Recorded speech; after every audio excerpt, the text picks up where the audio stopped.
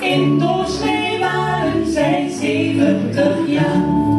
In Overveen telden zij hun dagen bijeen. Niet meer zo koket als voorheen, maar nog altijd flink ermee.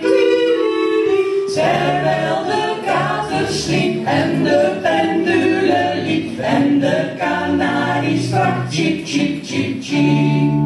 Tante Constance en tante Mathilde erden de kleren van tante Helene, waardoor ineens hun gehechtheid vereelde, want van elk soort japon was er maar één.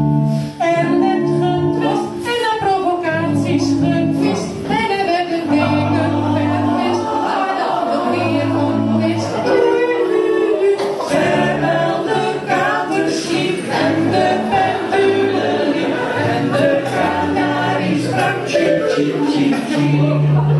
Op zekere dag maakte tante Mathilde akelig lachend met vliegerin, daar zij haar zuster vergiftigen wilde, die in haar eentje een wandeling deed.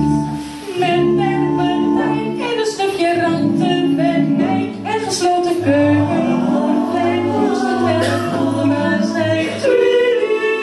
Terwijl de kater sliep en de pendule liep en de kanarie sprak tjip, tjip, tjip, tjip.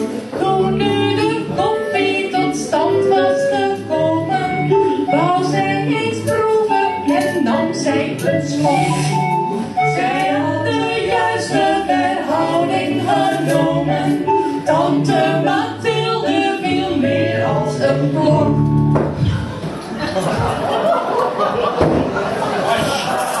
De dokter in de zaal? Heb je hier ook de goed? Oh,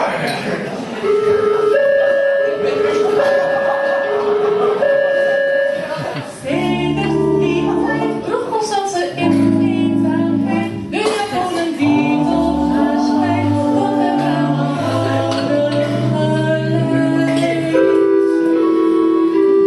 Terwijl de kater sliep en de pendule liep en de kanarie sprak tjip, tjip, tjip.